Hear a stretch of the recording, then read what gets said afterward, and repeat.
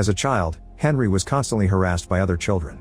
When some boys broke his favorite toy, his father called Henry a weakling. In the present, adult Henry wakes up inside a water tank with absolute amnesia. Estelle drains the tank and tells him his name before explaining that the amnesia and his loss of speech are normal.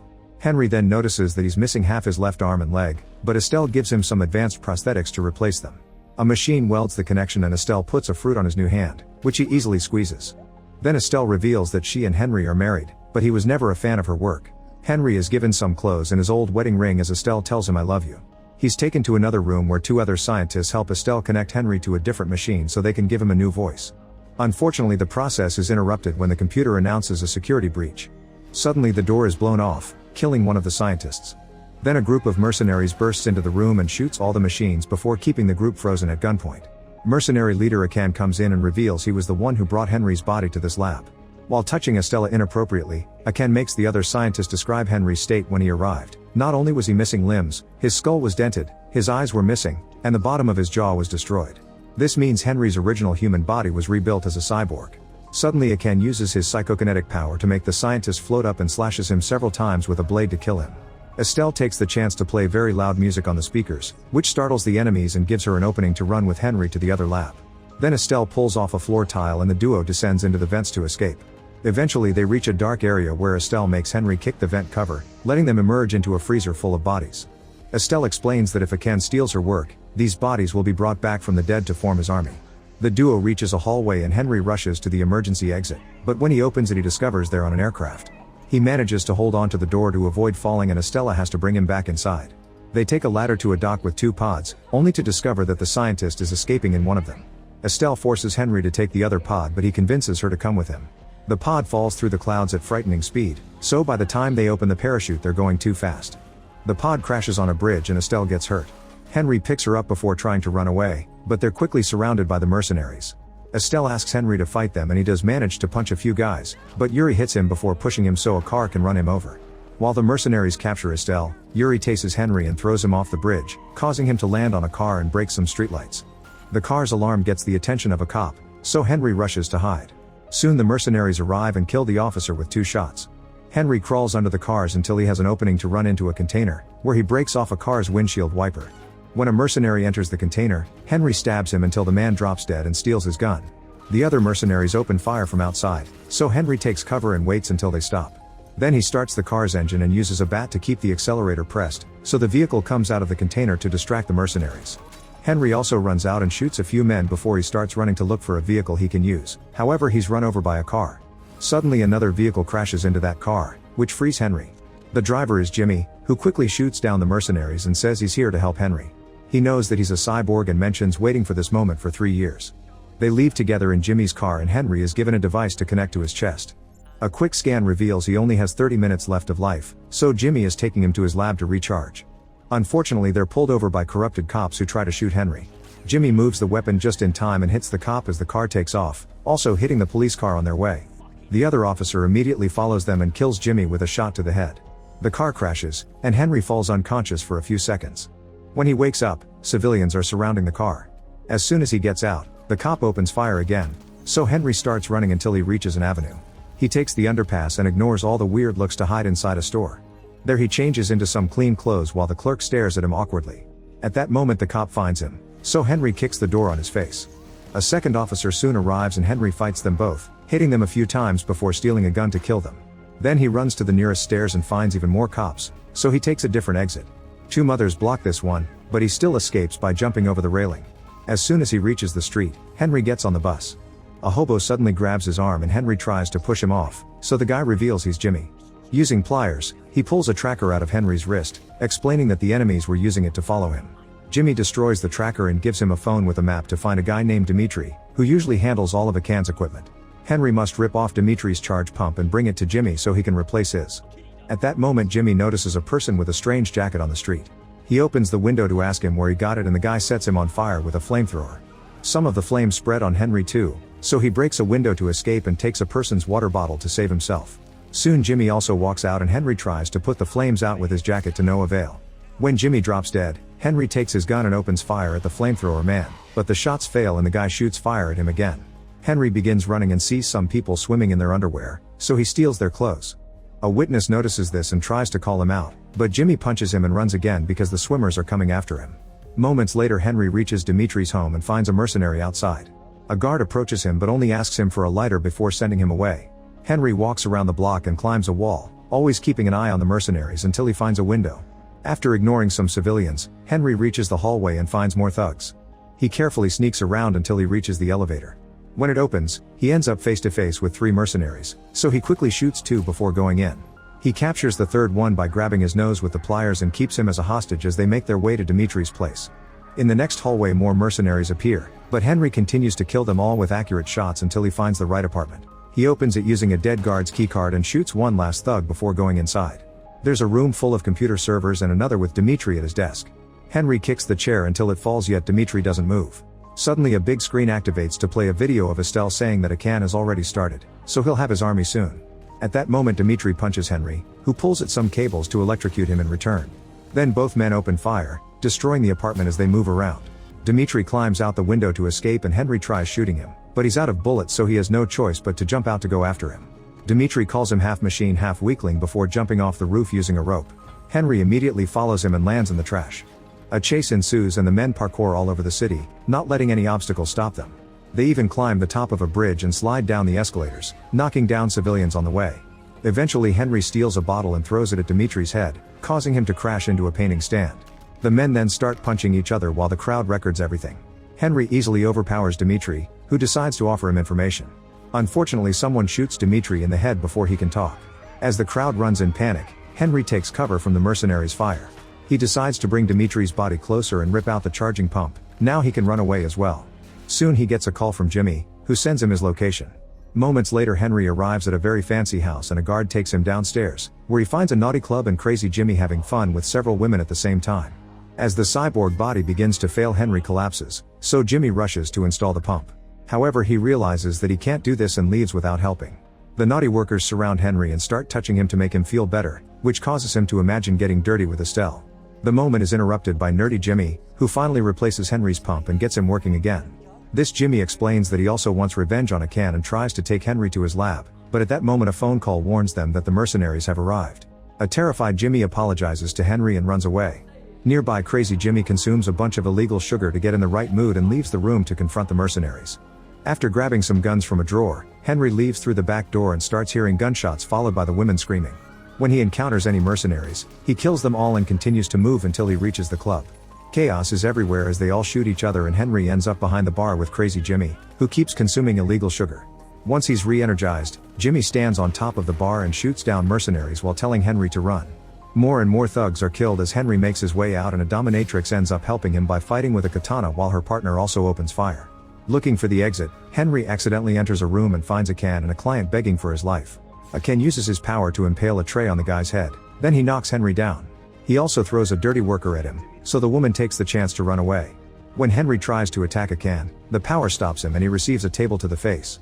A can reveals he is Estelle in his truck before throwing Henry into the vent, followed by the crazy Jimmy's body. They slide through the vents until they fall through a cover to land in the parking lot.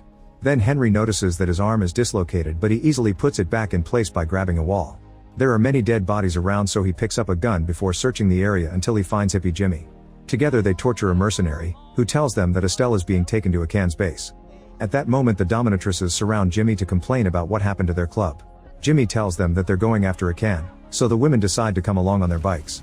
He has a bike of his own and Henry joins him on the sidecar. Moments later they find a can's convoy on the road and Henry immediately shoots the first van, causing it to explode. When he shoots the second one, a guard falls off and Jimmy guides the bike into the vehicle. They kill every person inside and come out by bursting through the front. A mercenary holds onto the gun to tag along, but Henry shoots him too. Next, Henry jumps on top of the next van and kills more guys while Jimmy's bike is shot off the road. Henry throws a grenade inside the van and the resulting explosion throws him off, but he lands on a dominatrix's bike. He takes her gun and opens fire until he kills the driver, causing the van to crash into the bike. The woman is killed and Henry is thrown off, but he manages to hold on to the truck just in time. When the van tries to run over him, he keeps his body between the wheels, then he climbs on it again to kick the mercenaries until they lose control of the vehicle. The van ends up crashing into a civilian car. Afterward, Henry climbs on top of the truck and kicks a fan until it breaks to let him in. Then he kills 2 scientists in just a few seconds. Estelle is inside a glass cell, which Henry easily breaks to rescue her. She cries and tells him she loves him, But before they can kiss, a Ken appears on a screen. He gives an order to make the truck explode before he and Yuri come inside. Yuri punches Henry several times in revenge before taking Estelle hostage. When Henry tries to rescue her, a Ken threatens to kill her. Henry has no choice but to let a Ken hit him with a bat and throw him off the truck. Moments later, the mercenaries are burying Henry in the forest. At that moment, Jimmy and the surviving dominatrix open fire to kill them all. Then Jimmy uses a device to reboot Henry, which takes around 15 minutes. When Henry wakes up, Jimmy and the woman are kissing. The group tries to leave together, but unfortunately the mercenaries attack again. Jimmy is killed by an explosion while the dominatrix is killed by falling debris. Henry runs away as fast as possible only to find the path blocked by a tank. When it opens fire, Henry jumps high to hold on to a tree branch, then he waits until the tank comes closer to land on top of it. He quickly kills the person handling the cannon and moves inside to kill the driver too. Nearby, a helicopter drops off more mercenaries, so Henry steals more weapons and rushes to kill them all pretty fast. Next, he climbs the helicopter rope and shoots one more thug before his partner cuts the rope. Henry immediately falls and lands on a bush. While the chopper flies away, Jimmy sends him a new location. After failing to ride a horse, Henry crosses the forest on foot until he's startled by Camouflage Jimmy coming out of hiding. Together they go to an abandoned building and find a police car outside. They rush inside to discover some cops taking advantage of a woman. Jimmy asks Henry to ignore them to avoid endangering his lab, but Henry grabs a rock and confronts the officers anyway. With just a few moves he brings down 2 men, then he grabs the last one by the groin and squeezes to break his member. Since this cop had wanted the woman to use her mouth, Henry punishes him by making him swallow his baton. The other 2 cops want to fight him again, however they're shot by Jimmy. Afterward, the duo takes the elevator to the last floor and Jimmy says a password to make a wall open. Inside they find an advanced lab. On a screen, old footage reveals that Jimmy made 9 cyborg soldiers for a Ken and he entered their room for a demonstration. As soon as he activated them, the soldiers lost control and started to beat Jimmy up. He begged for help until a Ken used his power to throw the soldiers back. Then a Ken broke Jimmy's spine for his failure while Yuri killed the soldiers. Now the real Jimmy shows up in a wheelchair and explains that all the other Jimmys are his avatars, which he controls with a special helmet. He puts it on and nerdy Jimmy joins them.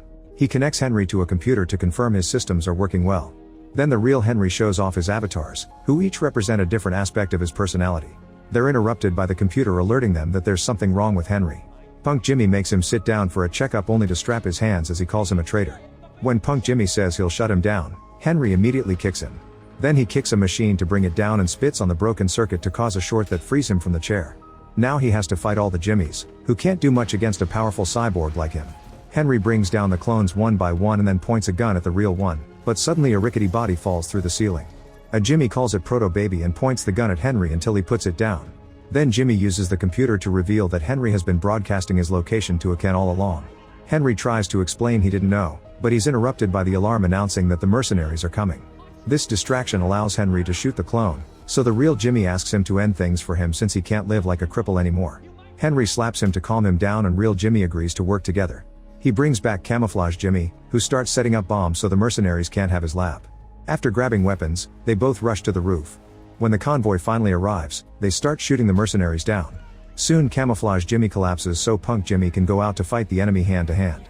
Henry provides cover, but unfortunately Punk Jimmy is killed by an explosion, so his consciousness returns to Camouflage Jimmy, who jumps off with a grenade. Henry runs back inside and Colonel Jimmy gives him new weapons. They send Jimmy's real body and the nerdy clone down on the elevator before rushing to the stairs to start fighting all the mercenaries breaking in. Always keeping an eye on the elevator, Henry goes down floor to floor, killing every man who dares to get in his way. It's an absolute bloody massacre. In the lobby, Colonel Jimmy and Henry kill the last few guys before getting the real Jimmy out of the elevator. At that moment Yuri surrounds them with backup, so Jimmy presses a button to activate the lab bombs. The explosion distracts the enemy and creates a dust cloud that allows the heroes to escape. Using a stolen enemy van, the group returns to the city. Mercenaries keep appearing left and right, but the duo works amazingly well together and kills them all. Eventually they reach Akan's headquarters and go inside to find a bunch of bodies on the floor, which means Akan is already preparing his new cyborg soldiers. Suddenly the funny jacket man attacks them with a flamethrower. Henry dodges the fire and jumps on him to beat him up while Jimmy shoots the guards that are now surrounding them. After some struggle, Henry kills the thug with a few hits to the head. The group then takes a corridor and Jimmy changes clones, so the nerdy one tries to buy them some time. Sadly he's immediately shot down. Henry steals a guard shield to protect the group from gunshots and they manage to get away in the elevator. As they go up, Henry realizes that Jimmy has been injured. Jimmy confesses he knew that Henry had a memory block and didn't take it out because he wanted him to help him with his revenge. He now uses a device to remove that block and the clone thanks him for being his friend before dropping dead. The real Jimmy wakes up and tells Henry that his memories will return little by little before he dies too. Afterward, Henry leaves the elevator and kills dozens of mercenaries until he finds a big screen playing a video. It reveals that Estelle has been working for Aken all along and tells every cyborg that she's their wife.